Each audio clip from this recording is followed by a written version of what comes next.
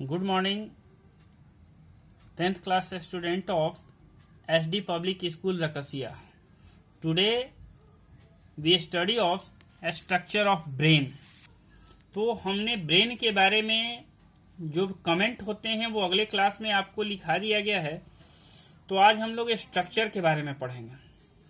तो ब्रेन जो कि ह्यूमन बॉडी के एपिकल पोर्शन पर पाए जाते हैं and covered with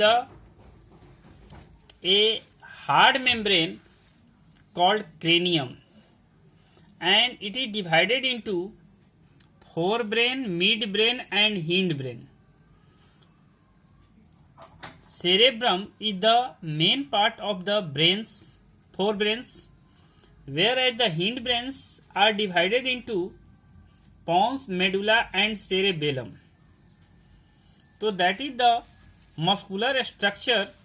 Upper part is called cerebrum, and in the center point midbrain present, and it's below a hypothalamus structure present, and nearly a P-shaped structure which is known as pituitary gland, which is the master gland of the human body.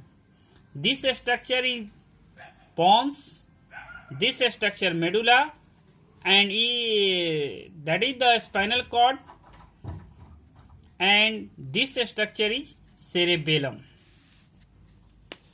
And each part has a specific functions.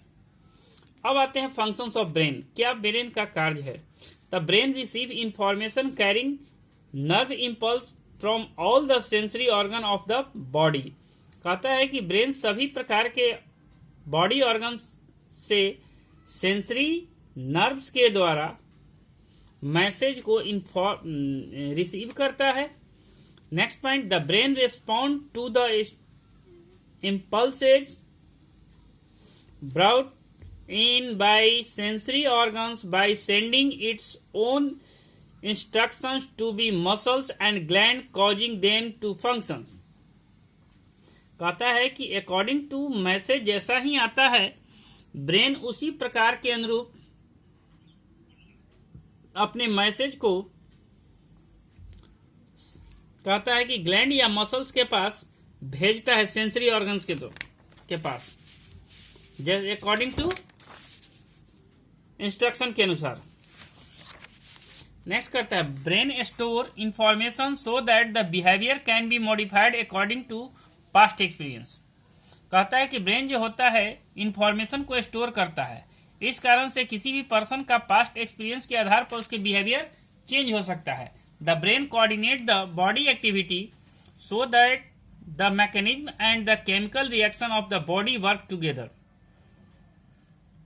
कहता है कि brain जो होते हैं body activity को coordinate करते हैं सो that the mechanism and chemical reaction of the body work together. इस कारण से मैकेनिज्म और जो केमिकल रिएक्शन बॉडी में होते हैं वो एक साथ होते हैं. The brain correlate the various stimuli from the different sense organs. कहता है कि विभिन्न प्रकार के सेंस ऑर्गन से जो मैसेज आते हैं उनको कोरिलेट करता है and then produce a most appropriate and the intelligence response, और उसी के अनुरूप इंटेलिजेंस रिस्पॉन्स को प्रदर्शित करता है. अब आते हैं स्पाइनल कॉर्ड. स्पाइनल कॉर्ड कहता है कि spinal cord is a cylindrical structure and begins in the continuous with the medulla and extend down towards. ये मेडुला से आगे बढ़ करके नीचे की ओर जाता है और एक सिलिंड्रिकल स्ट्रक्चर होता है. It is enclose in a bony cage called vertebral column. एक बोनी केज के अंदर बंद रहता है जिसे वर्टिब्रल कॉलम कहते हैं. It is also surrounded by a membrane called meninges. एक मेम्ब्रेन से भी घिरी रहती है जिसको मेनिंग्स कहते हैं. As many as 31 pair of the nerves arise from the spinal cord. कहता है कि करीब करीब स्पाइनल कॉर्ड से 31 पेयर नर्व्स जो होते हैं बाहर निकलते हैं. The spinal cord is connected with the spinal reflex action. Spinal cord जो होता है स्पाइनल रिफ्लेक्स एक्शन से जुड़ा हुआ रहता है and conduction of nerve impulse to and from the brain, और ब्रेन से आने वाले और जाने वाले सूचनाओं को क्या करता है, कंडक्ट करने का कार्य करता है। तो इस तरह से आप लोगों ने स्पाइनल कॉर्ड और ब्रेन के स्ट्रक्चर के बारे में स्टडी किया। आज के लिए इतना ही। Best of good luck. Thank you.